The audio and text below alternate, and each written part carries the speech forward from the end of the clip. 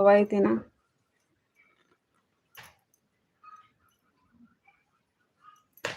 मैत्रिणींनो 10चा गळा आहे.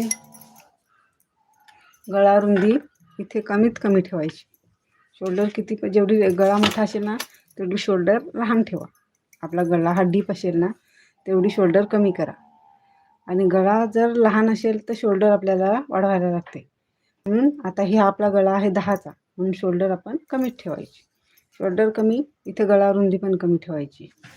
गळा रुंदी कमी ठेवल्यावर आपला गळा पण शोल्डरला परफेक्ट बसतो, कारण गळा उतरत नाही.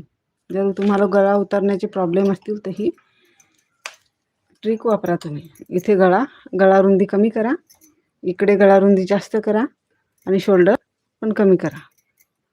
शोल्डर कमी केल्यावर गळा रुंदी थोडी कमी करायची, म्हणजे शोल्डर अजिबात उतरत नाही.